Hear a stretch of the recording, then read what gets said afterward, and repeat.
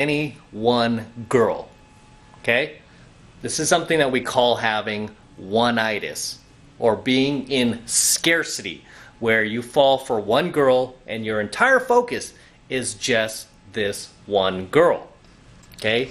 And you completely put your life on hold and any other dating options you have to pursue this one girl. Because in order to get this one girl, right, this is something we also teach in the pickup community, like especially if you, after you've met a girl that you really like, what we teach you to do is to go out there and immediately get other, right? And it doesn't mean to, go out and whore yourself around after you've gotten this girl. It just means to maintain your sense of abundance, that self-awesomeness that you have about yourself that the girl fell for to begin with. Because what happens to a lot of you guys is you will finally meet that chick, that girl, who's just a little bit above what you're used to getting, right? She's just a little bit cuter, a little bit hotter, a little bit more sexy than what you're used to dating.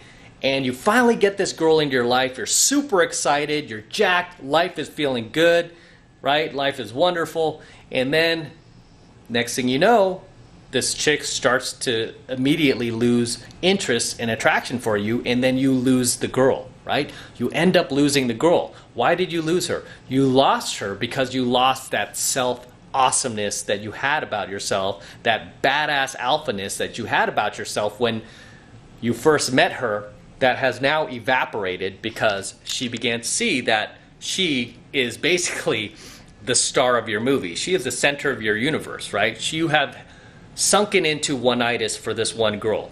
Okay, you have to understand, contrary to all these Hollywood movies you watched growing up, no girl wants to be with a guy that makes her the entire center of his world, right? She'd rather be with a guy that she knows can leave her at any time, that can replace her at any time, where she feels that competition anxiety, right? That anxiety of competition, that she can be replaced at any time.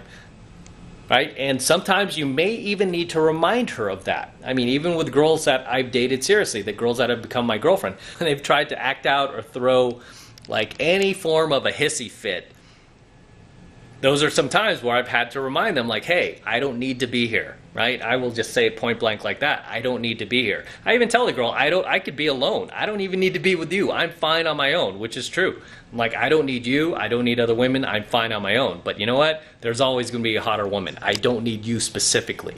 Okay, if you're going to act out that way, I don't need this, right? I will stand up for myself and tell the girl I will not tolerate this type of behavior.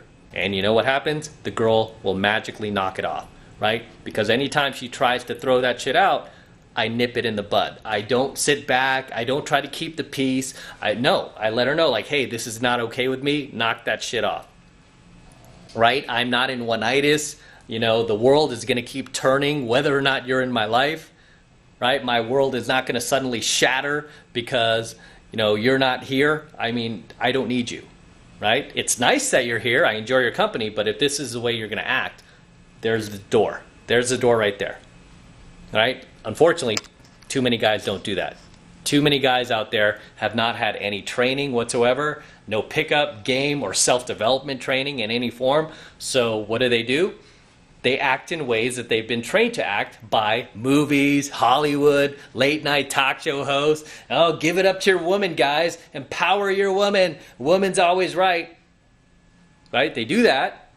They follow that narrative, and then their woman proceeds to take a piss on them, to take a massive dump on them. That's what happens, right? And for a lot of these guys, they fall into that one-itis and they feel like they can never replace their girl. So she loses automatic, respect for the guy. But understand, fellas, never spend too much time on any one girl, especially even if you're just gaming the girl, right? Say you just met the girl and you're working, you're working game on her, you're trying to get her in your life. You know what?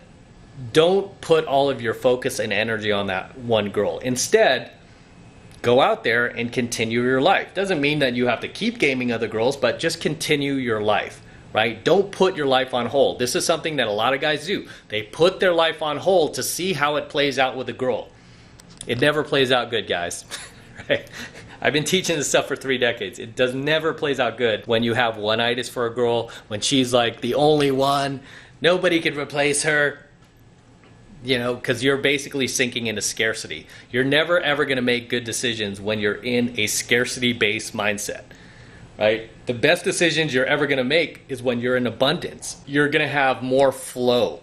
You're going to have more mental capacity to make the right decisions. Because when you're in scarcity and you're hungry and you're starving, you're going to make very, very piss poor decisions. Okay? And being in one-itis is essentially the same thing, right? Never spend too much time on any one girl, and always keep your mind in abundance, right? Just know that there are plenty of other girls out there that are like her, just like her, even way hotter than her, even way younger than her, even way cooler than her. Never put too much of your focus and energy on any one girl, because again, it will always end bad. Anytime you do spend too much time on any one girl, it communicates all the wrong things. It communicates all of the low value qualities that no females find attractive in men, right? It communicates scarcity, lack of self-confidence, lack of self-assuredness, right? It communicates a low value lifestyle. It communicates that you don't have social proof, you don't have pre-selection, no other females want you, because if you did have other females that wanted you,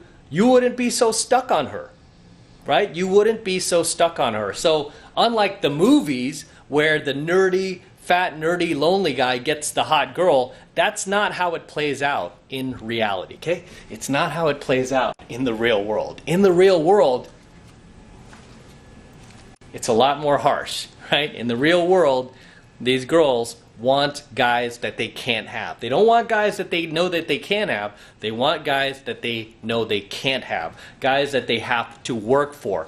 Guys that they know have a circle of other chicks that are younger and hotter than them that want them. These are the guys that these girls want, okay? They don't want the guy that is in one-itis, that is totally in love with them and can't think of anything else. You know, that's what you've been taught by the mainstream, by movies, by television, by late night talk show hosts, right? That is not how it plays out in reality, okay? In reality, girls want guys who are high value, who are in abundance, who have a circle of dating options, and have a lifestyle that she would want to be a part of, right? So until next time, this is M from the 33 Secrets. Do not forget to smash that like button below. Also, hit that notification bell right next to it so that you're notified whenever I release a brand new coaching video here on my YouTube channel. More importantly, guys, please make sure you subscribe to my channel. Okay, it's very, very important you subscribe because it helps me out a ton with the YouTube algorithm. They are not promoting my videos anymore, and I can see why, right? Because I'm really helping you guys. I'm really diving deep into this red pill, gold pill, and platinum pill content, and they don't like that. The best way to